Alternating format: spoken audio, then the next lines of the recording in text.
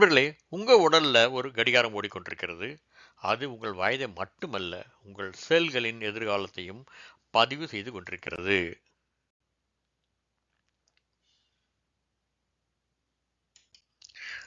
உங்ககிட்ட இந்த உலகத்துல யார்கிட்டயுமே இல்லாத ஒரு சக்தி வேணும்னா, அந்த சக்தி என்னன்னு நீங்க நினைக்கிறீங்க? பணம், பதவி, அதிகாரம், நல்ல உறவுமுறை, தொடர்ச்சியான வெற்றி.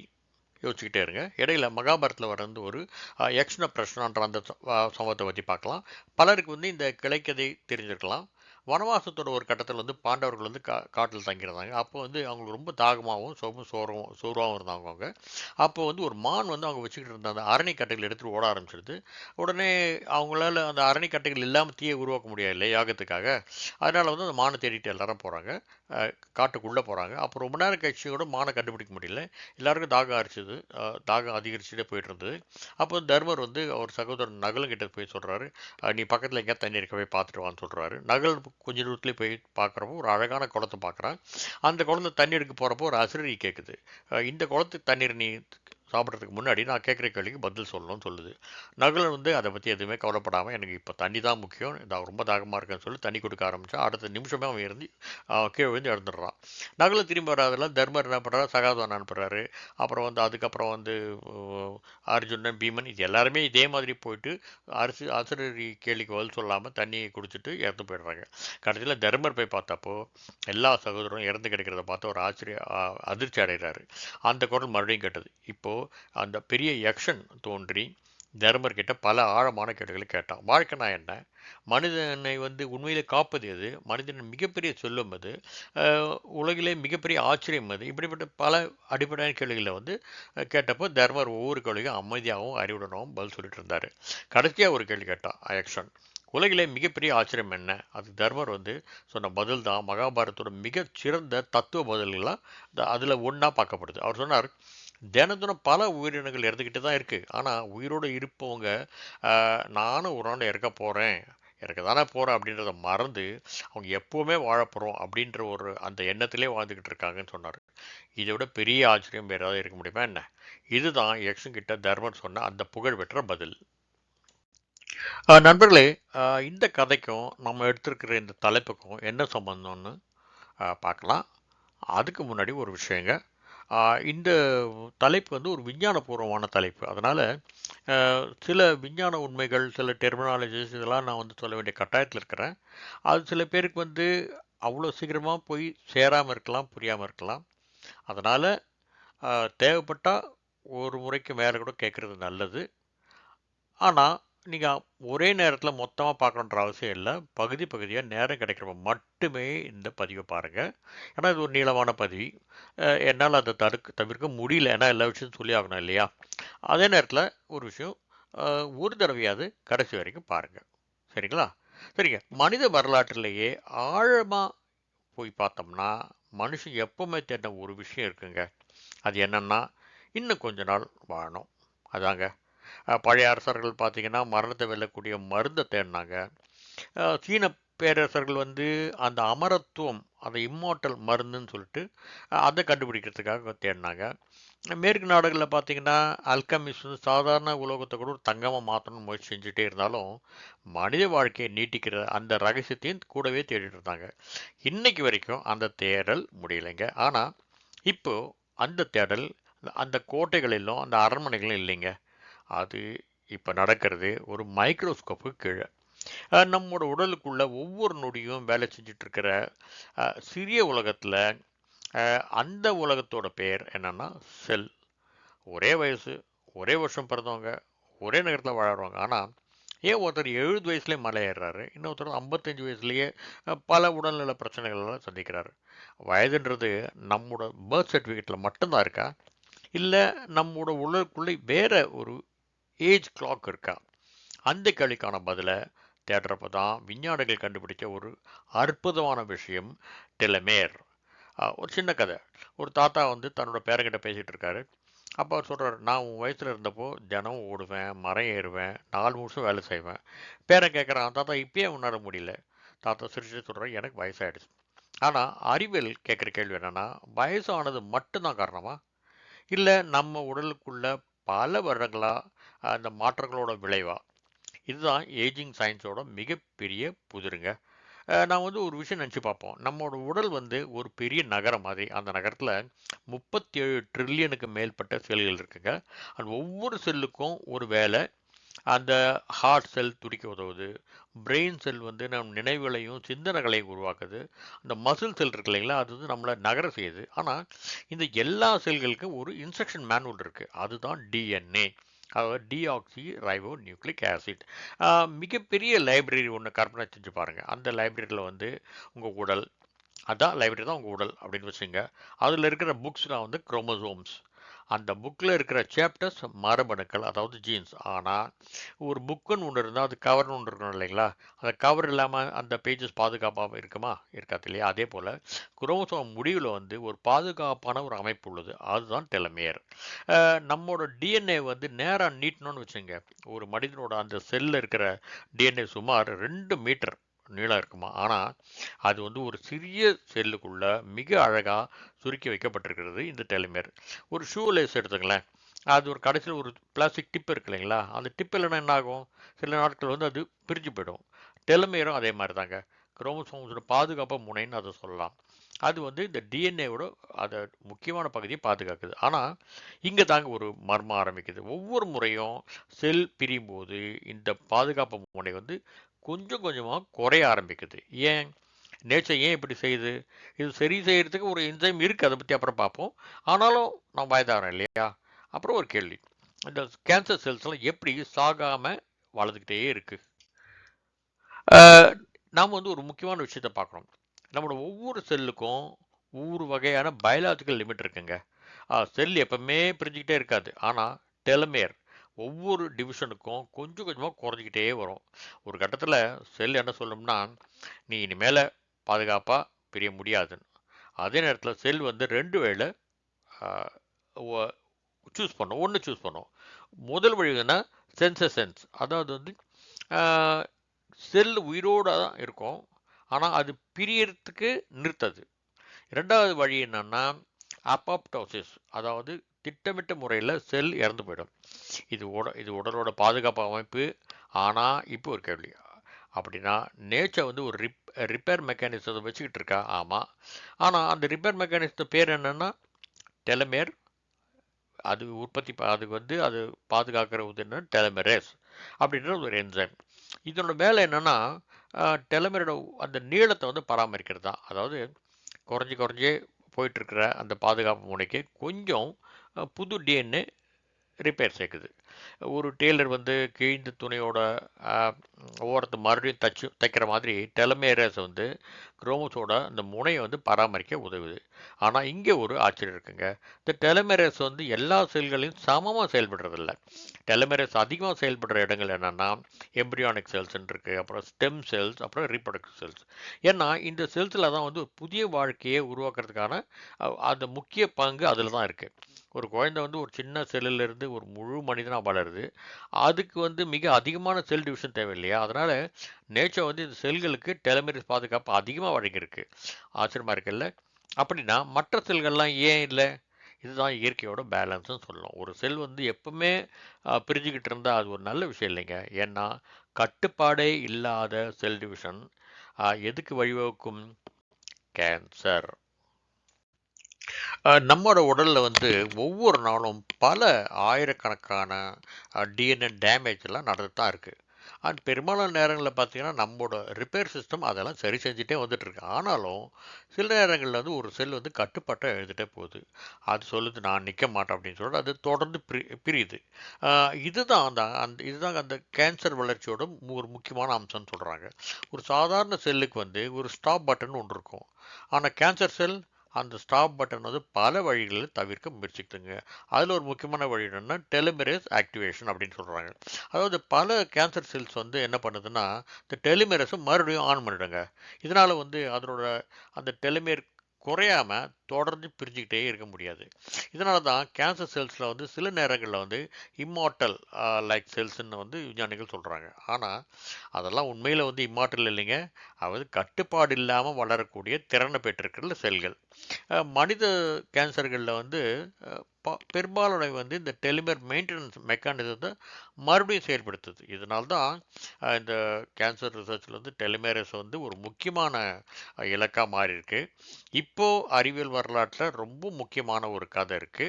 அது வந்து 1951 வந்து அமெரிக்காவில் ஒரு பெண், அவ பேர் வந்து ஹென்ரிட்டா லாக்ஸ். அவங்களுக்கு வந்து செர்விக்கல் கேன்சர் அப்படின்றது. அவங்களோட உடம்புல இருந்து எடுக்கப்பட்ட கேன்சர் செல்ஸ் வந்து ரிசர்ச்சுக்காக யூஸ் பண்ணாங்க. அப்போ விஞ்ஞானிகள் ஆச்சரியப்படுத்திய ஒரு விஷயம் என்னன்னா, இந்த இந்த செல்ஸ் லெபார்ட்டரியில் இருக்கல, அது வந்து தொடர்ந்து வளர்ந்துக்கிட்டே இருந்தது, மறுபடியும் மறுபடியும் பிரிஞ்சுக்கிட்டே இருந்தது. இந்த செல் லைனில் வந்து இதுக்கு பேர் வந்து ஹீலா செல்ஸ் அப்படின்னு பேர் வச்சாங்க. இது ஏன் முக்கியம்னா, இந்த ஹீலா செல்ஸ் வந்து மருத்துவ ஆராய்ச்சியில் வந்து பல துறைகளை பயன்படுத்துகிறாங்க. அது வந்து கேன்சர் ரிசர்ச்சில் பண்ணுறாங்க, வைரஸ் ரிசர்ச் பண்ணுறாங்க, அப்புறம் வேக்சினேஷன் அதில் அந்த டெவலப்மெண்ட் பண்ணுறாங்க, அதில் பண்ணுறாங்க, அப்புறம் ஜீன் ஸ்டடீஸ், அப்புறம் ஸ்பேஸ் பயாலஜி. ஸோ இது எல்லாமே வந்து அந்த இந்த துறைகள்லாம் அவங்க வந்து பயன்படுத்த ஆரம்பித்தாங்க.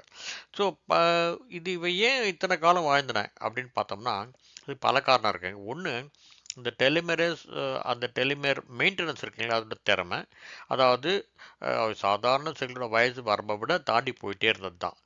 ஹென்ரிட்டா லாக்ஸோட கதை வந்து அறிவியல் வெற்றியோட கதை மட்டும் இல்லைங்க, அது மருத்துவ நெறிமுறை, அதாவது மெடிக்கல் எத்திக்ஸ்ன்னு சொல்கிறோம் இல்லையா, அதை பற்றின ஒரு முக்கியமான வந்து டிபேட்டையும் உருவாக்குச்சு. அப்புறம் டெலிமேர் அப்புறம் டெலிமெரஸ் இது பற்றின கண்டுபிடிப்பு வந்து உலக அறிவியலில் ஒரு மிகப்பெரிய மாற்றத்தை ஏற்படுத்துச்சுங்க. இந்த ஆராய்ச்சிக்கு 3 விஞ்ஞானிகள் 2009 வந்து நோபல் பிரைஸ் வாங்கினாங்க.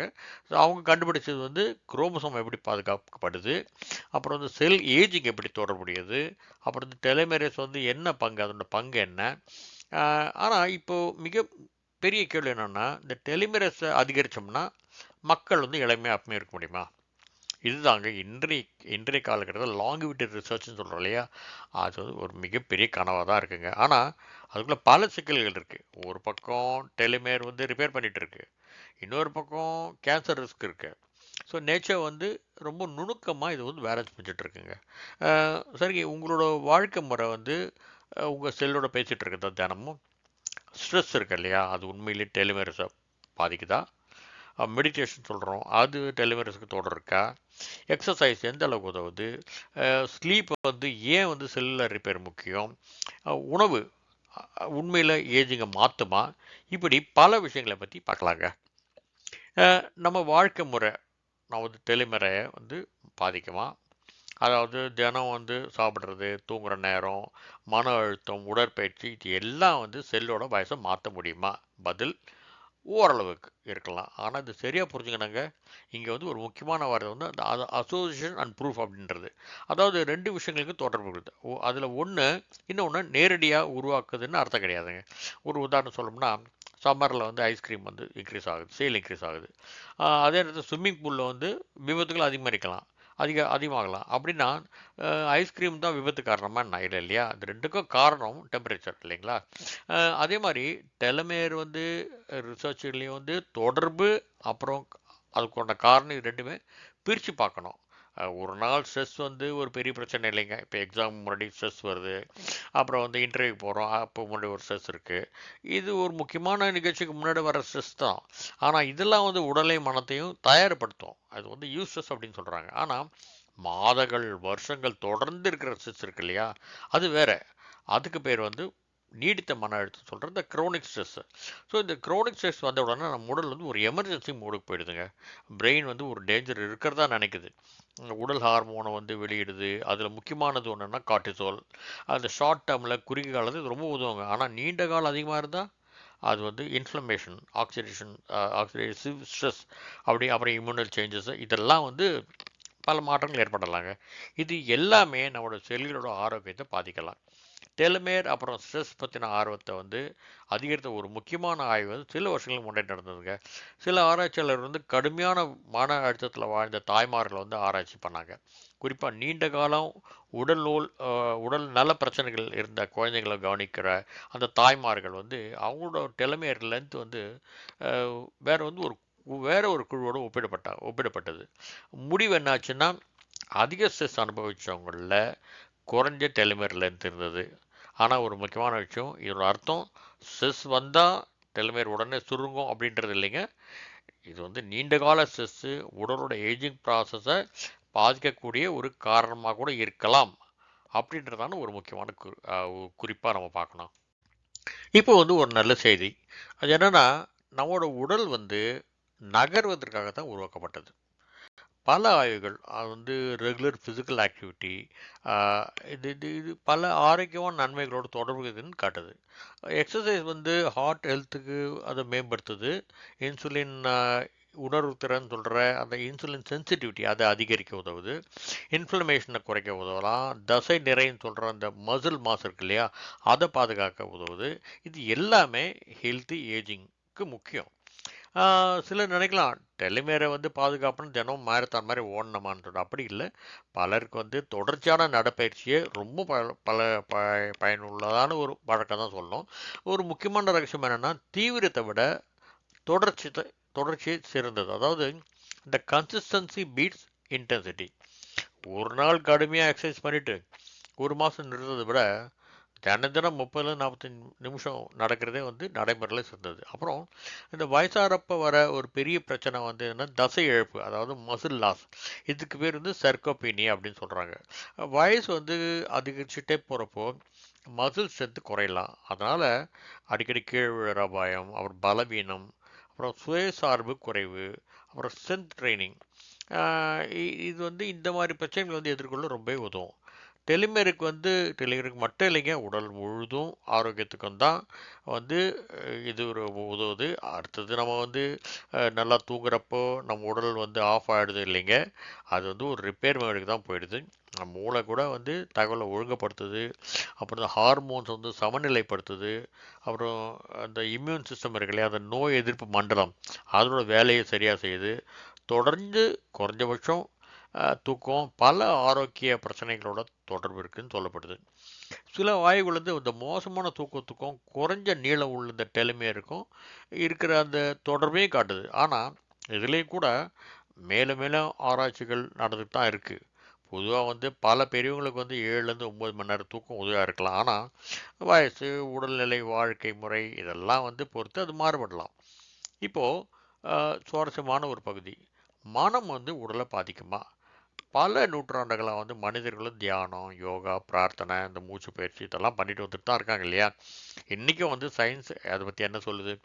சில ஆய்வுகள் வந்து இந்த மைண்ட்ஃபுல்னஸ், அப்புறம் இந்த மெடிடேஷன், இந்த ஸ்ட்ரெஸ் ஹார்மோனை குறைக்கிறதோட தொடர்பு இருக்கிறதாக சொல்லப்படுது. இன்னும் சில ஆய்வுகள் வந்து இந்த டெலிமேரேஸோட அந்த ஆக்டிவிட்டிகளால் சில மாறுதலையும் பார்த்துருக்காங்க. ஆனால் இதை வச்சுட்டு வந்து தியானம் வந்து டெலிமேரை நீளமாக்குதுன்னு உறுதியாக சொல்ல முடியாது. ஆனால் ஒரு விஷயம் தெளிவாக தெரியுதுங்க, மன அமைதி, நல்ல தூக்கம், அப்புறம் இந்த ஸ்ட்ரெஸ் மேனேஜ்மெண்ட் இதெல்லாம் மொத்த ஆரோக்கியத்துக்கு வந்து ஒரு நல்லது தான் இல்லைங்களா.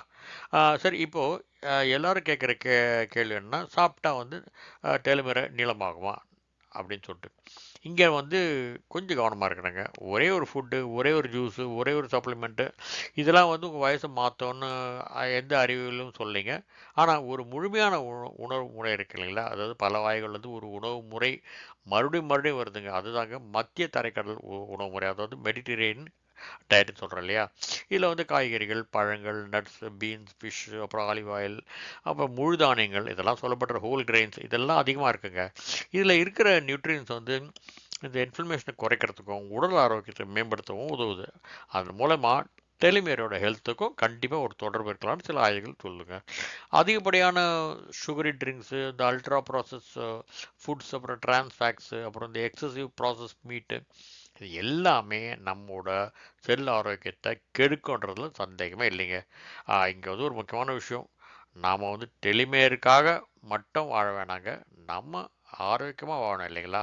அந்த ஆரோக்கியமான வாழ்க்கை முறை டெலிமேருக்கும் பயனுள்ளதாக இருக்கலாம். ஆக டெலிமேர் வந்து நமக்கு சொல்கிற செய்தி என்னென்னா, உங்கள் உடல் தினமும் நீங்கள் செய்யும் தேர்வுகளை நினைவில் வச்சுக்குது. ஒரு நாள் ஒரு நல்ல உணவு, ஒரு நாள் நடை, ஒரு நல்ல தூக்கம் உடனடி மாற்றம் வராதுங்க. ஆனால் சின்ன சின்ன முடிவுகள் பல வருஷங்களாக பண்ணுறப்போ ஒரு பெரிய வித்தியாசத்தை உருவாக்குங்க. இன்னும் நிறைய கேள்விகள் இருக்குங்க.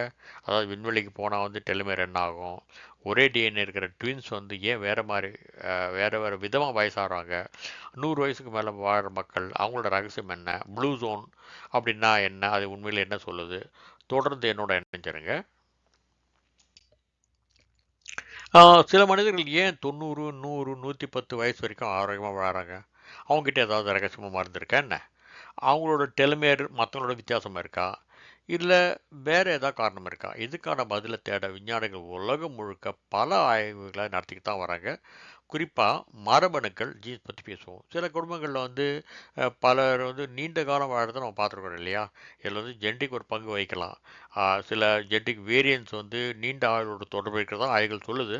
உதாரணம் வந்து டிஎன்ஏ ரிப்பேர் தொடர்பான ஜீன்ஸ், அப்புறம் இன்ஃப்ளமேஷன் ரெகுலேஷன் ஜீன்ஸ், மெட்டபாலிசம் தொடர்பான ஜீன்ஸ், இது எல்லாமே.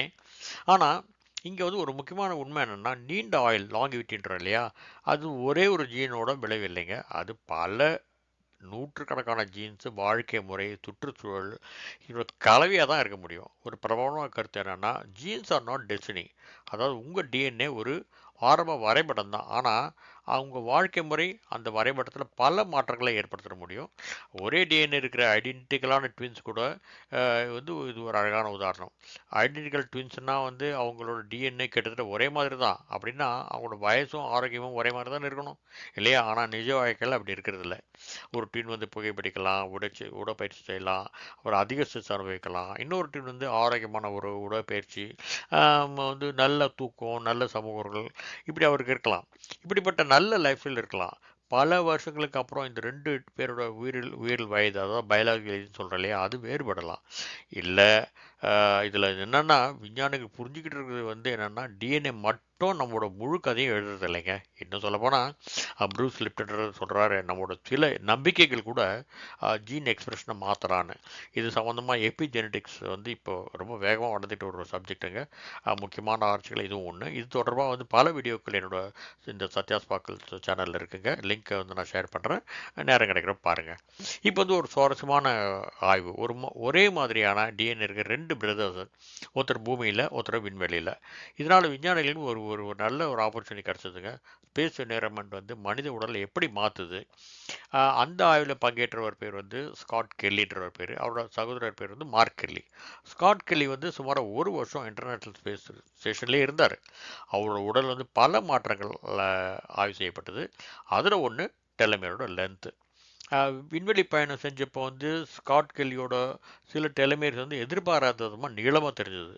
இது விஞ்ஞானிகளை வந்து ரொம்ப ஆச்சரியப்படுத்துச்சு. ஆனால் முக்கியமான விளக்கம், விண்வெளிக்கு போனால் வயசு குறையும் அப்படி இல்லைங்க. பூமிக்கு திரும்பி வந்ததுக்கப்புறம் அவருக்கு பல மாற்றங்கள் மறுபடியும் பழைய நிலைமைக்கு வந்துடுச்சு. அப்புறம் விண்வெளி பயணம் வந்து உடலில் வந்து பல ஸ்ட்ரெஸ்ஸுகளை உருவாக்குச்சு. அது ரேடியேஷன் எக்ஸ்போஷர் இருக்கும், அப்புறம் மைக்ரோ கிராவிட்டி, அப்புறம் தூக்கம் மாற்றங்கள். இதனால் வந்து இந்த ஆய்வு வந்து மனித ஏஜிங்கில் ரொம்ப ஒரு சிக்கலானதுன்னு ஒரு காட்டுச்சு. உங்களுக்கு தெரியுமா, விண்வெளியில் இருக்கிற ஆஸ்ட்ரோநாட்டுகளோட உடல் ஒரு நாளைக்கு சுமார் 16 முறை வந்து சூரிய உதயம் அப்புறம் அஸ்தமனத்தை பார்க்குது. ஆனால் அவங்களோட பயாலஜிக்கலாக அப்புறம் அந்த அந்த ஸ்லீப்பிங் பேட்டர்ன் எல்லாமே தாறுமாறாகி ஒரு பெரிய சவாலை வந்து சந்திக்குதுங்க. உலகத்தில் வந்து சில பகுதிகளில் 100 வயசுக்கு மேலே வாழறவங்க அதிகமாக இருக்காங்கன்னு சொல்கிறாங்க. அந்த பகுதிகளில் தான் நம்ம ப்ளூ ஜோன் அப்படின்னு சில பேர் சொல்கிறாங்க. அப்படிப்பட்ட பிரபலமான அந்த இடங்கள் என்னென்னா, ஒக்கினாவா, அது ஜப்பானில் இருக்குது. சர்டீனியா, இட்டாலியில் இருக்குது. இக்காரியா, கிரீஸில் இருக்குது. நிக்கோயா, காஸ்டோரிக்கா அங்கே இருக்குது. அப்புறம் லோமா லிண்டா, அந்த இடம் வந்து கலிஃபோர்னியா இருக்குது. ஸோ இங்கே வாழ்கிற மக்களோட வாழ்க்கையில் வந்து சில பொதுவான அம்சங்கள் இருக்கிறதா சொல்லப்படுது. அவங்க வந்து ஜிம்முக்கெலாம் போய் எக்ஸசைஸ் பண்ணுறதில்ல. அவங்களோட வாழ்க்கையே ஒரு ஏக்கமாக தான் இருக்குது நடக்குது. அப்புறம் வந்து தோட்ட வேலை செய்கிறது, அப்புறம் வீட்டு வேலை, அவங்க காலையில் அதிகாலையில் எழுந்துக்கிறது, இது எல்லாமே வந்து ஒரு டிசிப்ளினாக இருக்கிறதுனால வந்து அவங்களால வந்து இவ்வளோ அதிகமாக நாட்கள் வாழ முடியுதுன்னு கருதப்படுது. ஜப்பானில் வந்து இதை இக்ககை அப்படின்னு சொல்கிறாங்க, அதாவது வாழ்க்கையோட அர்த்தம் அப்படின்றது. அப்புறம் வந்து சமூக தொடர்புன்னு சொல்கிறது சோஷியல் கனெக்ஷன். தனிமை வந்து மனித ஆரோக்கியத்துக்கு மிகப்பெரிய சவாலாக கருதப்படுது. நல்ல உறவுகள் மனநலத்துக்கும் உடல் நலத்துக்கும் முக்கியம் இல்லைங்களா? அவங்க வந்து பொதுவாக வந்து அதிக காய்கறிகள், பருப்பு வகைகள், அப்புறம் முழு உணவுகள், குறைஞ்ச அளவு ப்ராசஸ் ஃபுட்டு, இதெல்லாம் தான் சாப்பிட்றதா சொல்கிறாங்க. ஆனால் ஒரு எச்சரிக்கை என்னென்னா, ப்ளூ ஜோன்ஸ் பற்றி ரொம்பவும் பிரபலமான தகவல்லாம் இருக்குது. ஆனால் எல்லா காரணங்களுக்கும் வந்து முழுமையாக நிறுவப்பட்டவைன்னு நம்ம சொல்ல முடியாது. இப்போது ஏஜிங் ரிசர்ச்சில் வந்து ஒரு புது கருத்து இருக்குங்க, அதாவது உயிரியல் வயது, அதாவது பயாலஜிக்கல் ஏஜ். உதாரணமாக 2 பேர், அவங்களுக்கு வந்து வயசு 60, ஆனால் ஒருத்தர் வந்து உடல் செயல்பாடு 50 வயசில் இருக்கிற மனிதரை போலவே இருக்கலாம். இன்னொருத்தரோட வந்து 70 வயசு மனிதரை போலவே இருக்கலாம். இதுதாங்க இந்த பயாலாஜிக்கல் ஏஜிங் சொல்கிறது. இதை வந்து பார்க்குறதுக்கு சயின்டிஸ்ட் பல மார்க்கர்ஸ் எல்லாம் வச்சுருக்காங்க. அதில் ஒன்று டெலமியரோட லென்த்து. ஆனால் டெலமியர் மட்டுமே வந்து முழு பயாலாஜிக்கல் ஏஜ்னு சொல்ல முடியாதுங்க. இன்னொரு முக்கியமான ஆய்வுத்துறை என்னென்னா, நம்ம ஏற்கனவே டச் பண்ண டாபிக் தான், அது எபிஜெனட்டிக் கிளாக்ஸு. டிஎன்ஏவில் இருக்கிற இந்த ஜீனில் மாற்றம் இல்லாமல் அதனோட செயல்பாட்டில் வர்ற மாற்றங்களை ஆய்வு செய்கிறது. இதுதான் வந்து எதிர்காலத்தில் இந்த ஏஜிங் ரிசர்ச்சில் ஒரு முக்கியமான பகுதியாக இருக்க போகுது. நண்பர்களே, நீண்ட ஆயுள் வந்து ஒரு மேஜிக் ஃபார்முலா இல்லைங்க. அது ஒரு பெரிய பசில் மாதிரி. அது ஒரு பகுதி வந்து ஜீன்ஸு, ஒரு பகுதி வந்து வாழ்க்கை முறை, லைஃப் ஸ்டைல், ஒரு பகுதி என்விரான்மெண்ட்டு, ஒரு பகுதி மென்டல் ஹெல்த்து. டெலமேர்ன்றது இந்த பசிலில் ஒரு முக்கியமான பீஸ் அப்படின்னு தான் சொல்லணும். ஆனால் அதுவே முழு படம் இல்லைங்க. அடுத்ததாக நம்ம முதுமையை தடுக்கும் துறை, அதாவது ஆன்டி ஏஜிங் இண்டஸ்ட்ரி. இது வந்து உண்மையிலேயே வந்து ஒரு அறிவியலா, இல்லை வந்து மார்க்கெட்டிங் ஜிமிக்ஸ் மாயா அப்படின்லாம் சில கருத்துக்கள் இருக்குது. வாங்க சில சுவையான விஷயங்களை ஆராயலாம். முதுமையை வந்து மெதுவாக்குற மருந்து இல்லை சப்ளிமெண்ட்டு உண்மையிலே இருக்கா? இப்போதைய காலகட்டத்தில் ஒரு பெரிய தொழில் வளர்ச்சி வளர்ந்துக்கிட்டு இருக்குதுங்க. அதுதாங்க நீண்ட ஆயுள் துறை, அதாவது லாங்கிவிட்டி இண்டஸ்ட்ரி. அதாவது மனிதர்கள் வந்து அதிக காலம் ஆரோக்கியம் வாழணும் என்ற அந்த ஆசையை மையமாக வச்சிருக்கிற இந்த தொழில். இதோட மதிப்பு வந்து பல பில்லியன் டாலருங்க. இந்த துறையில் இருக்கிறது என்னென்னா, சப்ளிமெண்ட்ஸ், அப்புறம் ஆன்டி ஏஜிங் க்ரீம்ஸு, அப்புறம் ஜெனடிக் டெஸ்ட்டு, அப்புறம் ஹார்மோன் தெரப்பி, ஸ்டெம் செல், அப்புறம் வந்து பயோ ஹேக்கிங் டிவைஸ், இந்த மாதிரி பல இருக்குங்க. ஆனால் இங்கே ஒரு முக்கியமான வேறுபாட்டை நம்ம புரிஞ்சுக்கணுங்க. அறிவியல் கேட்குற கேள்வி என்னன்னா, இதுக்கு ஆதாரம் இருக்கா அப்படின்னு. ஆனால் மார்க்கெட்டிங் கேட்குற கேள்வி, மக்களோட ஆசையை நம்ம எப்படி ஈர்க்கிறது. இது ரெண்டுத்துக்கும் இடையில் வந்து பெரிய இடைவெளி இருக்குது சில நேரங்களில். இன்றைக்கி வந்து மார்க்கெட்டில் பல சப்ளிமெண்ட்ஸு பெரிய பெரிய வாக்குறுதிலாம் கொடுக்குறாங்க. அந்த டெலிமேரோட லென்த்தை இன்க்ரீஸ் பண்ணுறோம், அப்புறம் பயாலஜிக்கல் ஏஜ் குறையும், 10 ஆண்டுகள் நீங்கள் இளையமே உணர்வீர்கள். இதெல்லாம் கேட்குறதுக்கும் நல்லதாக இருக்குது, கவர்ச்சியாக இருக்குது. ஆனால் அறிவியல் என்ன சொல்லுது, இது வரைக்கும் ஒரு குறிப்பிட்ட சப்ளிமெண்ட் மனிதரோட வாழ்க்கையில் வந்து டெலிமியரோட பாதுகாப்பு நிரூபிக்கப்பட்ட முறையிலும் நீட்டிக்கும் அப்படின்ற மாதிரி உறுதியான ஆதாரம் எதுவுமே இல்லைங்க. இதோட அர்த்தம் எல்லாம் வந்து சப்ளிமெண்ட்ஸ் எல்லாம் பயனற்றவை அப்படின்னு நம்ம முழுமையாக சொல்ல முடியாது. சில நியூட்ரியன்ஸ் வந்து உடலோட பொதுவான ஆரோக்கியத்துக்கு உதவலாம். ஆனால் இது சாப்பிட்டா வந்து வயசை ரிவர்ஸ் பண்ணலான்ற கருத்து மிகைப்படுத்தப்பட்ட ஒரு கூற்று தான் நம்ம சொல்லணும். சில வருஷங்களுக்கு முன்னாடி வந்து ஒரு மாலிகுல் ரொம்ப பிரபலமாச்சு. அதனோட பேர் வந்து ரெஸ்வரட்ரால். இது வந்து திராட்சை தோல் இருக்குங்களா, கிரேப் ஸ்கின், அதில் வந்து காணப்படுற ஒரு காம்பவுண்டு. சில ஆய்வுகளில் வந்து இந்த காம்பவுண்டோட சில வேதியியல் மாற்றங்கள் வந்து ஏஜிங் ரிசர்ச்சுக்கு அந்த அந்த துறையில் வந்து ஆர்வத்தை ரொம்ப தூண்டுச்சுங்க. சில வந்து ரெட் வைன் குடித்தா நீண்ட ஆயுள் கிடைக்கும் அப்படின்னு சொல்ல ஆரம்பித்தாங்க. ஆனால் ஒரு கவனம் இருக்கணும் இந்த இடத்துல. ஒரு மாலிக்கூல் வந்து ஆய்வகத்தில் நல்ல விளைவு காட்டுறதுக்கும், அதே ஒரு மனிதன் தினமும் ஒரு பானமாக குடிக்கிறதுக்கும் அதே விலை கிடைக்கும்னு நம்ம சொல்ல முடியாது. எல்லாம் பொருத்தம் கிடையாது. ஆல்கஹால் நன்மை பற்றின விவாதங்கள் கொஞ்சம் சிக்கலானவை தான். அப்புறம் ஆரோக்கியத்துக்காக நம்ம மருந்து தொடங்கணும்னு எந்த மருத்துவ அமைப்பும் இது வரைக்கும் பரிந்துரைக்கலைங்க. சமீப காலங்களில் பார்த்திங்கன்னா இன்னொரு பேர் பிரபலம் ஆச்சு. அது என்னென்னா என்ஏடி ப்ளஸ். இது வந்து நம்மளோட செல்லில் எனர்ஜி மெட்டபாலிசத்துக்கு ஒரு முக்கியமான மாலிக்கூல். வயது வந்து அதிகரிக்கிறப்போ இது என்ஏடி ப்ளஸ் வந்து அந்த அளவில் வந்து மாற்றங்கள் ஏற்படலாம். இதனால் சில விஞ்ஞானிகள் என்ஏடி ப்ளஸ் அளவு அதிகரிக்கிறது வந்து ஏஜிங்கை பாதிக்குமான்னு ஆய்வு செய்கிறாங்க. இதுக்காக என்எம்என் மாதிரி அந்த மாதிரி மாலிகூல்ஸ் வந்து ஆராய்ச்சி செய்யப்படுது. ஆனால் முக்கியமான கேள்வி இங்கே, இது மனிதர்களோட ஆயுளை அதிகரிக்குதுன்னு நிரூபிக்கப்பட்டதான்னு கேட்டால் அது இல்லைன்னு தான் சொல்லணும். சில மனித ஆய்வுகள் வந்து பயாலஜிக்கல் மார்க்கர்ஸில் மாற்றங்களை காட்டுது. ஆனால் நீண்ட ஆயுள்ன்றது வேறு விஷயம். ஏஜிங் ரிசர்ச்சில் வந்து ஒரு பெரிய சவால் இருக்குங்க. ஒரு மவுஸ் வந்து, ஒரு எலி வந்து 3 வருஷம் வாழலாம், ஒரு மனிதன் வந்து 80 வருஷம் வாழலாம். ஆனால் மவுஸில் வந்து ஒரு விளைவு கிடைக்கிறதுன்றது வந்து அதனால் கிடைக்கிறதுனால அதே விலை வந்து மனிதனுக்கும் கிடைக்குன்னு சொல்ல முடியாது இல்லைங்களா? அப்புறம் இன்னொரு மருத்துவ புரட்சி என்னென்னா ஸ்டெம் செல்ஸ். அதாவது மருத்துவ உலகில் ரொம்ப நம்பிக்கை தர்ற வந்து ஒரு துறை. ஏன்னா ஸ்டெம் செல்ஸ் வந்து பல வகையான செல்லை வந்து மாற்றக்கூடிய திறமை கொண்டது. எதிர்காலத்தில் வந்து டேமேஜ் ஆன டிஷ்யூஸ் எல்லாத்தையும் ரிப்பேர் பண்ண இது உதவலாம். ஆனால் இங்கேயும் வந்து மார்க்கெட்டிங் அப்புறம் சயின்ஸ் இடையே வந்து பெரிய வித்தியாசம் இருக்குங்க. சில கிளினிக்லாம் பார்த்தீங்கன்னா ஏஜ் ரிவர்சல், அப்புறம் 20 இயர்ஸ் யங்கர், இப்படி பல வார்த்தைகளை அவங்க பயன்படுத்துகிறாங்க. ஆனால் பல stem cell anti ageing treatments வந்து இன்னும் கூட ஆராய்ச்சி நிலையில் தான் இருக்குன்னு சொல்லப்படுது. ஒரு முக்கியமான எச்சரிக்கை. அதாவது அறிவியல் ஆதாரம் இல்லாத விலை உயர்ந்த சிகிச்சைகளில் வந்து கவனமாக இருக்கிறது நல்லது. முதுமையை பற்றி மக்களுக்கு வந்து ஒரு இயற்கையான ஆசை இருக்கிறது உண்மைதான். இன்னும் கொஞ்ச நாள் இளமையாக இருக்கணும், இது வந்து அப்படின்னு நினைக்கிறது. இது வந்து ஒரு தவறான ஆசை இல்லைங்க. ஆனால் அந்த ஆசையை பயன்படுத்தி அந்த பயம் அப்புறம் அந்த நம்பிக்கையை விற்கிற மார்க்கெட் வந்து ரொம்ப பெருசுங்க. டெலிமேயர் வந்து நமக்கு சொல்கிற பாடம் என்னென்னா, ஒரு சின்ன மாடிக்குள்ளே தேடுறதுக்கு முன்னாடி ஒரு பெரிய வாழ்க்கை முறையை மாற்றுங்க. நல்ல தூக்கம், நல்ல உணவு, உடற்பயிற்சி, மன அமைதி, நல்ல உறவுகள், இதெல்லாம் தான் பல வருடங்களாக ஆராய்ச்சிகளில் ஆதரிக்கப்படுற அடிப்படை முதலீடுகள். ஆனால் இன்னும் கூட ஒரு முக்கியமான கேள்வி இருக்குங்க. மனிதன் வந்து உண்மையிலே வந்து 150 வயசு அதுக்கு மேலே கூட வாழ முடியுமா? பார்க்கலாம். அஹ், பல நூற்றாண்டுகளாக வந்து மனிதன் வந்து ஒரு கனவை கற்றுக்கொண்டிருக்கிறான். அந்த கனவு தான் என்ன? மரணத்தை வெல்ல முடியுமா? பழைய காலத்தில் வந்து அது ஒரு கற்பனை. இன்னைக்கு அது வந்து ஒரு அறிவியல் கேள்வியாக மாறி இருக்கு. ஆனால் இங்கே ஒரு முக்கியமான வேறுபாடு இருக்குங்க. நோய்களை குறைச்சி ஆரோக்கியமான வாழ்க்கையை நீட்டிக்கிறது, அது ஒரு இலக்கு, ஒரு டார்கெட். ஆனால் என்னன்னைக்கும் வாழ்த்துட்டே இருக்கணுன்றது அது வேறு விஷயம். இன்றைக்கி வந்து லாங்விட்டி சயின்ஸ் எங்கே இருக்குது? அதை புரிஞ்சுக்கிட்டோம்னா நம்ம எதிர்காலத்தோட சில முக்கியமான தொழில்நுட்பங்களை பார்த்து தான் ஆகணும். முதல்ல ஒரு அடிப்படை விவாதம். ஏஜிங்னா என்ன? அது ஒரு நோயா, இல்லை இயற்கையோட ஒரு பகுதியா? சில விஞ்ஞானிகள் சொல்கிறது என்னென்னா, ஏஜிங் காரணமாக ஹார்ட் டிசீஸ், டயபெட்டிஸ், அப்புறம் கேன்சர், அப்புறம் டீஜென்ரேட்டிவ் டிசீசஸ், அதாவது அல்சிமர்லாம் சொல்கிற பார்க்கின்சன் டிசீஸ், டிமென்ஷியா, இந்த மாதிரி பல நோய்களோட அபாயம் அதிகரிக்குது. ஆனால் ஏஜிங் ப்ராசஸை புரிஞ்சுக்கிட்டு அதை மெதுவாக்க முயற்சிக்கிறது, அதுதாங்க மருத்துவத்துக்கு முக்கியம். இன்னொரு பார்வை என்னென்னா, ஏஜிங்ன்றது மனித வாழ்க்கையோட இயற்கையான பயாலஜிக்கல் ப்ராசஸ். இந்த ரெண்டு கருத்துக்களும் இன்றைக்கி அறிவியல் உலகில் டிபேட் பண்ணிட்டு தான் இருக்காங்க.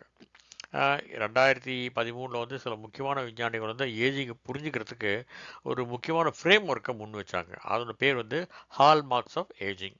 அதாவது முதுமை ஏற்படுறதுல பங்கு வகிக்கிற முக்கியமான பயாலஜிக்கல் சேஞ்சஸ். இதில் இருக்கிற சில அம்சங்கள் என்னென்னா, சொல்லணும்னா கொஞ்சம் சயின்டிஃபிக்காக இருக்கும், புரியுறது கஷ்டம், இருந்தாலும் நான் சொல்லி தான் ஆகணும்.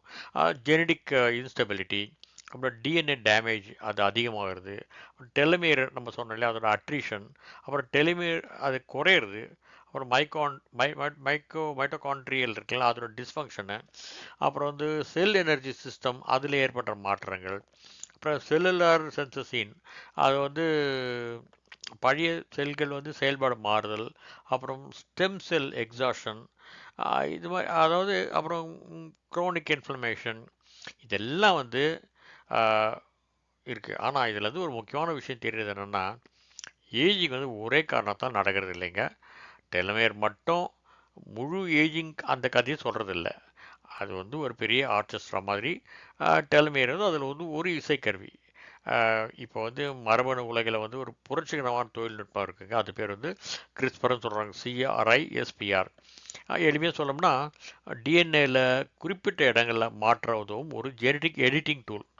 இப்போ எப்படி ஒரு வேர்ட் டாக்குமெண்ட் ஒரு தப்பாக ஒரு வார்த்தையை பார்த்தோம்னு வச்சுங்க, அதை கண்டுபிடிச்சி அதை திருத்துறோம் இல்லைங்களா, அந்த மாதிரி டிஎன்ஏ மாற்றங்களை ஆய்வு செய்கிற ஒரு ஒரு உதவுற ஒரு டூல்னு சொல்லலாம். இதன் மூலமாக என்ன நடக்குதுன்னா, சில மரபணு நோய்களுக்கு எதிர்காலத்தில் சிகிச்சைகளை உருவாக்கலாம். ஆனால் ஏஜிங்கை வந்து முழுசமாக மாற்ற முடியுமா? அது இன்னும் தெரியலைங்க. ஏன்னா ஏஜிங்ன்றது ஒரு ஜெனடிக் பிரச்சனை மட்டும் இல்லை, அது வந்து பல ஆயிரம் பயாலஜிக்கல் ப்ராசஸ் இணைஞ்ச ஒன்று, ரொம்ப காம்ப்ளெக்ஸான ஒன்று. சரி, இப்போது இந்த லாங்விட் ரிசர்ச்சில் ரொம்ப சுவாரஸ்யமான பகுதி அது என்னென்னா செல்லுலர் ப்ரோக்ராமிங்.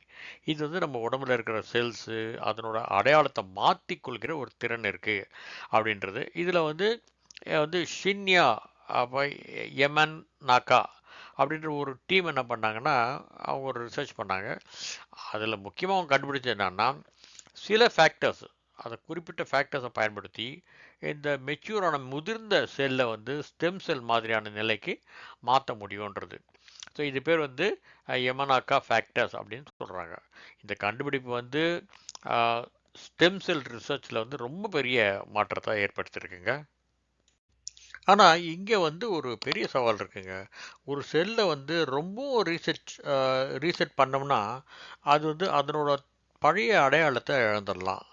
அப்புறம் கட்டுப்பாடு சரியா இல்லைன்னா கேன்சர் மாதிரி அபாயங்கள் இருக்கலாம். அதனால் இது வந்து இன்னும் ஆராய்ச்சி நிலையில் தான் இருக்குது. இன்னைக்கு வந்து ஏஐ இந்த மருத்துவ உலகத்தையே மாற்றிக்கிட்டு வந்துட்டு இருக்கு. முன்னாலெல்லாம் வந்து ஒரு மருந்தை கண்டுபிடிக்கணும்னா பல வருஷம் ஆகும். ஆனால் இப்போ வந்து ஏஐ புதிய மாலிகூல்ஸ் எல்லாம் வந்து கண்டுபிடிக்கிறதுக்கு ரொம்ப சீக்கிரமாக பண்ணிடுது. ப்ரோட்டீன் ஸ்ட்ரக்சர்லாம் புரிஞ்சுக்கிடுது. ட்ரக் கேண்டிடேட்ஸை வந்து சூஸ் பண்ணுறதுக்கு இதெல்லாம் ரொம்ப சீக்கிரமாக பண்ணுறதுக்கு உதவுது. அதனால் எதிர்காலத்தில் ஏஜிங் தொடர்பான அந்த நோய்களை வந்து வேகமாக சீக்கிரமாக புரிஞ்சிக்க ஏஐ கண்டிப்பாக உதவலாம். ஆனாலும் கூட ஏஐ வந்து ஒரு மேஜிக் மிஷின் இல்லைங்க. அது வந்து மனித ஆராய்ச்சியாளர்களுக்கு ஒரு சக்தி வாய்ந்த கருவி. இப்போ வந்து நம்ம ஒரு பெரிய கேள்விக்கு வருவோம். மனிதர் வந்து 150 வயசு வரைக்கும் வாழ முடியுமா? நம்ம ஏற்கனவே கேட்டோம் இல்லையா அந்த கேள்வி. அதுக்கு உண்டான பதிலும் இன்றைக்கி யாருக்கும் உறுதியாக தெரியாது. சில விஞ்ஞானிகள் வந்து மனித லைஃப் ஸ்பேனுக்கு ஒரு இயற்கையான எல்லை இருக்கலாம்னு சொல்கிறாங்க.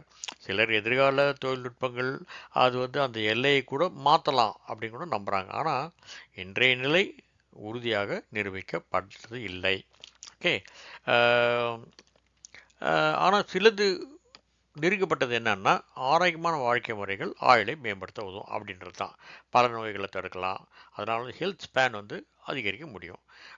இன்னும் நிரூபிக்கப்படாதது என்னன்னா இம்மோர்டாலிட்டி, அப்புறம் வந்து 160 150 வருடத்துக்கு மேலே வாழ வாழ்க்கை, ஏஜ் ரிவர்சல் பில்ஸ் இதெல்லாம்.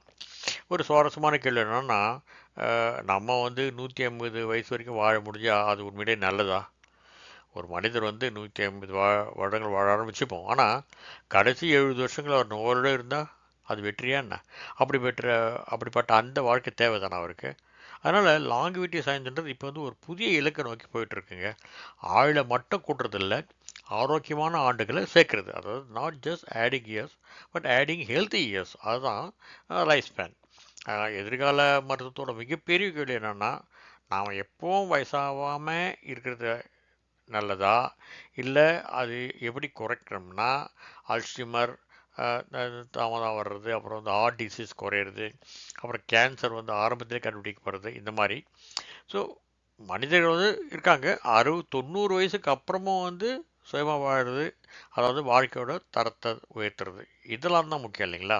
எனக்கு வந்து டெலிமேர் வந்து நமக்கு சொல்கிற மிகப்பெரிய உண்மை என்னென்னா, வாழ்க்கையோட மதிப்பு அதனோட நீளத்தில் மட்டும் இல்லை, அதனோட தரத்துலையும் இருக்கு. நண்பர்களே, இது வரைக்கும் நம்ம பார்த்தது என்னன்னா டெலிவரில் வந்து டெலிமேர்னா என்ன, அது ஏன் குறையுது, அப்புறம் லைஃப் ஸ்டைலில் அதோட பங்கு என்ன, அப்புறம் ஆன்டி ஏஜிங் இண்டஸ்ட்ரி எப்படி வளர்ந்துட்டு இருக்கு, இதெல்லாம் பார்த்தோம். ஆனால் இப்போ ஒரு முக்கியமான பகுதி என்னென்னா, அறிவியல் கண்டுபிடிப்புன்னு ஒன்று வந்தாலே அதை சுற்றி பல கதைகள் உருவாருங்களா, சம் ரூமர்ஸு, சில மிட்ஸ்லாம் வர ஆரம்பிக்கலைங்களா. அதில் சிலது உண்மையாக இருக்கலாம், சிலது பாதி பொய்யா இருக்கலாம். ஓகே. ஆனால் சிலது முழுமையாகவே பொய்யா கூட இருக்கலாம். ஒரு முழுமையான ஒரு மார்க்கெட்டிங் ஜிம்மிக்கு இது மாதிரிலாம் நிறைய இருக்குது. இப்போ வந்து டெலமேர் அதில் வந்து அந்த மித்ஸ் இருக்குது, அந்த ஃபேக்ட்ஸ் இருக்குது. ரெண்டும் என்னான்னு பார்ப்போம். ஒரு பொதுவான நம்பிக்கை, நீளமான டெலமேர் இருந்தால் கண்டிப்பாக ரொம்ப நாள் உயிர் வாழ முடியும் அப்படின்றது. ஆனால் உண்மை அது இல்லைங்க. நம்ம ஏற்கனவே பேசுன மாதிரி டெலமேர் லென்த் வந்து ஒரு முக்கியமான பயாலஜிக்கல் மார்க்கர் தான். அதில் எந்த சந்தேகமும் இல்லை. ஆனால் அது மட்டுமே ஒரு மனிதனோட, ஒரு தனி மனிதனோட முழு ஆயுளை தீர்மானிக்காது. ஏன்னா ஆரோக்கியமான அந்த ஆரோக்கியத்தை பாதிக்கின்ற பல காரணங்கள் இதில் இருக்குது இல்லைங்களா. நாம் ஏற்கனவே சொன்ன மாதிரி தான் பிளட் ப்ரெஷரு, ஹார்ட் டிசீஸு, அப்புறம் வந்து டயபெட்டிஸு, ஹெல்த் என்வாயர்மெண்ட்டு, அப்புறம் வந்து lifestyle environment, genetics, mental health, இது எல்லாமே நம்ம ஏற்கனவே சொன்னது தான். ஸோ டெலமேர்ன்றது ஒரு பசில் மாதிரி தான். அதில் அது வந்து அதில் வந்து பீஸ் ஒன்று தான். ஆனால் அது முழு பசில் அப்படி கிடையாது. ஷார்ட் டெலமேஸ் வந்து சில நோய் அபாயங்களில் தொடர்பட்டு தான் இருக்கலாம். ஆனால் அது எதிர்காலத்தை முழுமையாக கவனிக்காது. நம்ம ஏற்கனவே பேசணும். அடுத்ததாக அந்த டெலமேர் டெஸ்ட் பண்ணோம்னா நம்ம வந்து எவ்வளோ நாள் இன்னும் உயிர் வாழும் அப்படின்னு சொல்ல முடியுமா? இன்றைக்கி சில நிறுவனங்கள் சொல்கிறாங்க, டெலமேர் டெஸ்ட்லாம் பண்ணுறாங்க, ஆஃபர் பண்ணுறாங்க. ஒரு சாம்பிள் எடுத்து டெலமேர் அந்த லென்த் அளக்குறாங்க, அப்புறம் ஒரு ரிப்போர்ட் தராங்க. ஆனால் முக்கியமான கேள்வி என்னென்னா, இந்த டெஸ்ட் வந்து உங்கள் ஆயுளை துல்லியமாக சொல்ல முடியுமா? பதில் இல்லைன்றது தான். ஏன்னா ஒரே மனிதனோட உடல்லையும் பார்த்தீங்கன்னா வேறு வேறு டிஷ்யூக்களில் டெலிமேரோட லென்த்து வேறு மாதிரி இருக்கலாம். அப்புறம் கூட ஒரு டெஸ்ட் ரிசல்ட் உங்களுடைய எதிர்காலத்தை கண்டிப்பாக நிர்ணயிக்காது. அப்புறம் டெலிமேட் டெஸ்ட் வந்து ஆராய்ச்சிக்கு பயன் உள்ளதாக இருக்கும். ஆனால் ஒரு தனி மனிதரோட லாங்குவிட்டி ப்ரொடக்ஷன் டூலாக அது இன்னைக்கு வரைக்கும் வரையறுக்கப்படலை. இன்னொரு மித்து என்னென்னா, அந்த சப்ளிமெண்ட் வந்து டெலிமேரை வந்து நீளமாக்கிடும்னு சொல்லிட்டு, இந்த கேப்சூலை சாப்பிடுங்க, இது வந்து இந்த உங்கள் செல்லெல்லாம் வந்து இன்னும் இளமை ஆகிடும். இப்படி பல விளம்பரங்கள்லாம் இருக்கலாம். ஆனால் இன்னைக்கு வரைக்கும் ஒரு சப்ளிமெண்ட் வந்து ஒரு மனிதர்களோட அந்த ஆன்டி ஏஜிங் ரிவர்ஸ் செய்துன்னு நிரூபிக்கப்படலை. சில நியூட்ரியன்ஸு ஆமாம் நான் ஏற்கனவே சொன்ன மாதிரி உடல் ஆரோக்கியத்துக்கு உதவலாம். ஆனால் ஒரு ஆன்டி ஏஜிங் பில் அப்படின்றது அறிவியல் கற்பனைக்கு அப்பாற்பட்ட ஒரு விஷயமாக தான் இப்போ வரைக்கும் இருக்குங்க. அடுத்தது டெலிவரி குறைக்கிறத முழுமையாக நிறுத்த முடியுமா? அதாவது இது வந்து இயற்கையை நாம் தப்பாக புரிஞ்சிட்ருக்கோம் தான் அர்த்தம். டெலிமேர் ஷார்ட்டனிங்கு அப்புறம் மனித பயாலஜியோட ஒரு பகுதி நம்ம ஏற்கனவே பேசியிருக்கோம். அதை முழுமையாக நிறுத்துறது இயற்கைக்கு ஒரு மாறான செயல் இல்லையா? அப்புறம் டெலிமேர் மெயின்டெனன்ஸ் இது அதிகரிக்கிறது நம்ம ஏற்கனவே பேசுகிற மாதிரி ஒரு கேன்சர் ரிஸ்க் மாதிரி சிக்கல் ஏற்கனவே இருக்குது. நம்ம வந்து நம்ம நோக்கம் டெலிமேரை வந்து முடிவில்லாமல் நீட்டிக்கிறது இல்லைங்க, ஆரோக்கியமான ஏஜிங் அதுதான் முக்கியம் இல்லைங்களா? அடுத்த மித்த என்னென்னா, ஸ்ட்ரெஸ் வர்றதுனால வந்து டெலிமேர் உடனே சுருங்கிடும். ஸ்ட்ரெஸ்ஸை பற்றி பல தகவல்கள் இருக்குது. சில சமூக ஊடகங்கள்லாம் மிகப்படுத்தி பேசிட்டு வராங்க. உண்மை என்னென்னா, க்ரோனிக் ஸ்ட்ரெஸ்ஸு உடலில் பல மாற்றங்களை ஏற்படுத்துவது உண்மைதான். ஆனால் அது வந்து டெலிமேர் பயாலஜி கூட தொடர்புடையதாக கூட சில ஆய்வுகள் சொல்லப்படுது. ஆனால் ஒரு நாள் கோபம், ஒரு நாள் கவலை இதெல்லாம் உங்கள் டெலிமேரை வந்து அழிச்சிடாது. ஓகே, ஒரு மெடிடேஷன் பண்ணால் டெலிமேர் நீளமாகும் அப்படின்ற ஒரு மித்து இருக்குது. மெடிடேஷன் வந்து மன அமைதிக்கும் ஸ்ட்ரெஸ் மேனேஜ்மெண்ட்டுக்கும் பலருக்கும் உதவுறதா தான் ஆய்வுகள்லாம் சொல்லுது. ஆனால் டெலிமேர் ஆக்டிவிட்டி டெலிமரேஸ் அந்த ஆக்டிவிட்டி வந்து மாற்றங்களை கூட பார்த்துருக்கு. ஆனால் தியானன்றது இஸ் ஈக்குவல் டு நீண்ட telomere, that is equal to ஆயில் அதிகம் அப்படின்ற மாதிரி நேரடி எங்கேயுமே நிரூபிக்கப்படலைங்க. மெடிடேஷன் உங்கள் வாழ்க்கை தரத்தை மேம்படுத்தலாம், அதன் மூலமாக மறைமுகமாக உங்கள் ஆரோக்கியத்துக்கு உதவலாம். அப்புறம் இன்னொரு மித்து என்னென்னா, வைன் குடித்தோம்னா ரெட் வைன் குடித்தோம்னா நீண்ட நாள் வாழலாம். ஃப்ரெஞ்ச் பீப்புளெலாம் குடிக்கிறாங்க, அவங்க ரொம்ப நாள் வாழறாங்க, அப்படிலாம் பேசப்படுது. நான் ஏற்கனவே சொன்ன மாதிரி இதுக்கு பல காரணிகள் இருக்குது. உணவு முறை, வாழ்க்கை முறை, சமூக பழக்கம் எல்லாத்துக்கும் பங்கு இருக்குது. சமீப காலம் பார்த்திங்கன்னா இந்த இன்டர்மீடியன்ட் ஃபாஸ்டிங் அப்படின்றாங்க இல்லைங்களா, அது வந்து பாப்புலர் ஆகிட்டு வருது. அப்புறம் அனிமல் ஸ்டடீஸில் கூட வந்து கலரி ரெஸ்ட்ரிக்ஷன் அப்புறம் ஏஜிங் தொடர்பாக பல ஆய்வுகள் இருக்குது. சிலருக்கு வந்து ஃபாஸ்டிங் ஹெல்ப் பண்ணலாம், அதாவது எடை மேலாண்மை, வெயிட் மேனேஜ்மெண்ட்டுன்ற இல்லையா அது, அப்புறம் வளர்ச்சிதை மாற்றம், அப்புறம் இந்த மெட்டபாலிக் ஹெல்த் இதுக்கெல்லாம் உதவலாம். ஆனால் டெலிவரி லென்த் வந்து நேரடி விளைவு ஏற்படுத்தும்னு சொல்லிட்டு இது வரைக்கும் தெளிவாக சொல்லப்படலை. அப்புறம் இன்னொரு மித்து என்னென்னா, எல்லாருக்கும் வந்து பேசுகிறதுன்னா, என் அப்பா வந்து ரொம்ப நாள் வாழ்ந்தார், எங்கள் அம்மா ரொம்ப நாள் வாழ்ந்தாங்க, எனக்கும் அதே மாதிரி நான் ரொம்ப நாள் வாழ்வேன், அந்த மாதிரி அப்படி ஒரு எண்ணம் இருக்குது. ஜெனடிக் முக்கியம்தான், ஆனால் அது வந்து விதி இல்லைங்க. ஒரு குடும்பத்தில் வந்து உணவு பழக்கம், வாழ்க்கை முறை, சுற்றுச்சூழல் இது எல்லாமே இருக்குது. ஆனால் இதெல்லாம் மட்டும்தான் தலைமுறையில் தொடரும். அப்புறம் நம்ம வந்து லைஃப் ஸ்பேன் இப்போ ஒரு முக்கியமான டிஃப்ரென்சேஷனை பார்க்கலாம். அதாவது மக்களுக்கு வந்து லைஃப் ஸ்பேன்னா என்ன, அப்புறம் லைஃப் எக்ஸ்பெக்டன்சினா என்ன, அப்புறம் ஹெல்த் ஸ்பேன்னா என்ன, இது கொஞ்சம் கன்ஃபியூஷன் இருக்குது மக்கள்கிட்ட. அதெல்லாம் என்னன்னு பார்க்கலாம். முதல்ல வந்து லைஃப் ஸ்பேன் எளிமையாக சொல்லணும்னா ஒரு உயிரினம் வாழற காலம், அதாவது ஒரு மனிதன் வந்து பிறந்த நாள் முதல் இறக்கிற நாள் வரைக்கும் வாழ்ந்த ஆண்டுகள். இது வந்து ஒரு தனிநபரோட உண்மையான வாழ்க்கை காலம். மனிதர்கள் வந்து இது வரைக்கும் பதிவான மிக நீண்ட ஆயுள் வந்து சுமார் 122 ஆண்டுகள்னு சொல்லப்படுது. அவர் பேர் வந்து ஜீன் கால்மெண்ட். அதாவது அவர் 1875 பிறந்து 1997 இறந்தான்னு சொல்லப்படுது. இவரோட வாழ்க்கை வந்து மனித இந்த லைஃப் ஸ்பேன் அந்த எல்லையை பற்றின விவாதங்களில் வந்து முக்கியமான உதாரணமாக பார்க்கப்படுது. ஆனால் ஒரு முக்கியமான கேள்வி, எல்லாரும் 120 வயசு வரை வாழ முடியுமான்றது தான். இப்போதைக்கு இல்லை. ஏன்னா நம்ம ஏற்கனவே பார்த்த மாதிரி ஜெனடிக்ஸு, இந்த செல்லுலர் ஏஜிங், இந்த டிசீஸ் ரிஸ்க்கு, என்விரான்மெண்ட்டு, இப்படி பல காரணங்கள் இருக்கு இல்லைங்களா? சரிங்க, இப்போ வந்து லைஃப் எக்ஸ்பெக்டன்சினா என்ன, அதாவது ஆயுட்காலம். இது வந்து ஒரு தனிநபரோட வாழ்க்கையை சொல்லாது, இது வந்து மக்கள் தொகையோட சராசரியை குறிக்கிற ஒரு ஆயுள். உதாரணமாக சொல்லணும்னா, ஒரு நாட்டில் பிறக்கிற குழந்தைகள் சராசரி எத்தனை வருடங்கள் வாழும் அப்படின்னு கணக்கிடப்பட்ட ஒரு விஷயம். அதுதான் லைஃப் எக்ஸ்பெக்டன்சி ஆஃப் பர்த். ஒரு சின்ன கிராமத்தை எடுத்துக்கோங்களேன், அங்கே வந்து ஒரு சில பேர் 20 வயசில் இறந்துறவங்களாம் இருக்கிறாங்க, சில பேர் 90 வயசு வரைக்கும் வாழறவங்களாம் இருப்பாங்க. சராசரியாக கணக்கிடுறப்போ வந்து லைஃப் எக்ஸ்பெக்டன்சி குறைவாக இருக்கிற மாதிரி தோணலாம். ஆனால் 90 வயசு வரைக்கும் வாழவங்களும் இருக்காங்க இல்லையா? அதனால் லைஃப் எக்ஸ்பெக்டேஷன்றது வந்து ஒரு சமூகத்தோட மொத்த ஆரோக்கிய நிலையை மட்டும் காட்டுற ஒரு அளவுக்கால். ஓகே. மற்ற உலக நாடுகளில் பார்த்தீங்கன்னா லைஃப் எக்ஸ்பெக்டேஷன் மாறுபடுது. அது காரணங்கள் என்னென்னா நம்ம ஏற்கனவே சொன்ன மாதிரி தான் ஹெல்த் கேர் ஆக்சஸ், அப்புறம் வந்து நியூட்ரிஷன், அப்புறம் education, public health system, life style, இப்படி பல இருக்கலாம். உயர் வருமான நாடுகளில் வந்து சராசரி ஆயுள் பொதுவாக அதிகமாக இருக்குன்னு சொல்லப்படுது. ஆனால் பணம் மட்டும் காரணம் இல்லைங்க. சமூக உறவுகள், பாதுகாப்பு, மருத்துவ வசதி இதெல்லாம் கூட முக்கியம் இல்லைங்களா? ஸோ இந்தியா மாதிரி நாடுகளில் கூட கடந்த பல தசாப்தங்களில் பார்த்தீங்கன்னா லைஃப் எக்ஸ்பெக்டன்சி ரொம்ப அதிகமாக இருக்குன்னு புள்ளிவிவரங்கள்லாம் சொல்லுது. அது காரணங்கள் வந்து வேக்சினேஷன் பண்ணுறோம், அப்புறம் பெட்டர் ஹெல்த் கேர் இருக்குது, அப்புறம் இம்ப்ரூவ் சானிடேஷன், அப்புறம் ரெடியூஸ் இன்ஃபேன்ட் மார்ட்டாலிட்டி, கூடவே புது புது சவால்களும் இருக்குங்க. அதாவது diabetes, heart disease, obesity, lifestyle disease இதெல்லாம் கூடவே இருக்குங்க. இப்போ ஒரு முக்கியமான கேள்வி, நாம் அதிக ஆண்டுகள் வாழணுமா, இல்லை அந்த ஆண்டுகளில் ஆரோக்கியமாக வாழணுமா? அதுதாங்க ஹெல்த் ஸ்பேன். அதாவது ஒரு சிறந்த எதிர்காலம் எப்படி இருக்கணும்னா, வாழ்க்கையோட கடைசி சில ஆண்டுகள் மட்டுமே நம்ம பலவீனமாக இருக்கணுங்க. வாழ்க்கையோட பெரும்பாலான பகுதி வந்து ஆரோக்கியமானதாக இருக்கணும். அதுதாங்க லாங்கிவிட்டி சயின்ஸ். அதோட உண்மையான நோக்கமும் அதுதான். ஏஜிங் ரிசர்ச்சில் வந்து ஒரு முக்கியமான கருத்து அந்த நோய்க்கால சுருக்கம், அதாவது கம்ப்ரெஸ்ட் ஆஃப் மார்பிடிட்டி அப்படின்றாங்க. அதாவது நோய்களோட வாழறத அந்த அந்த காலத்தை குறைக்கிறது. இப்போ மறுபடியும் டெலமேருக்கு வருவோம். டெலமேர் வந்து ஏஜிங் அந்த ப்ராசஸில் வந்து ஒரு முக்கியமான குறியீடுன்னு நம்ம ஏற்கனவே பார்த்தோம். ஒரு நீண்ட டெலிமேர் இருக்கிறதுனால ஒருத்தர் நோயால் பாதிக்கப்படலாம், இல்லை ஒரு குறுகிய டெலிமேர் இருந்தாலும் கூட ஒருத்தர் நல்ல வாழ்க்கையாக வாழலாம். ஏன்னா மனித உடல் ரொம்ப ஒரு சிக்கலான ஒரு அமைப்பு இல்லையா? அப்படின்னா நீண்ட ஆரோக்கியமான வாழ்க்கைக்கு நம்ம என்ன செய்யலாம்?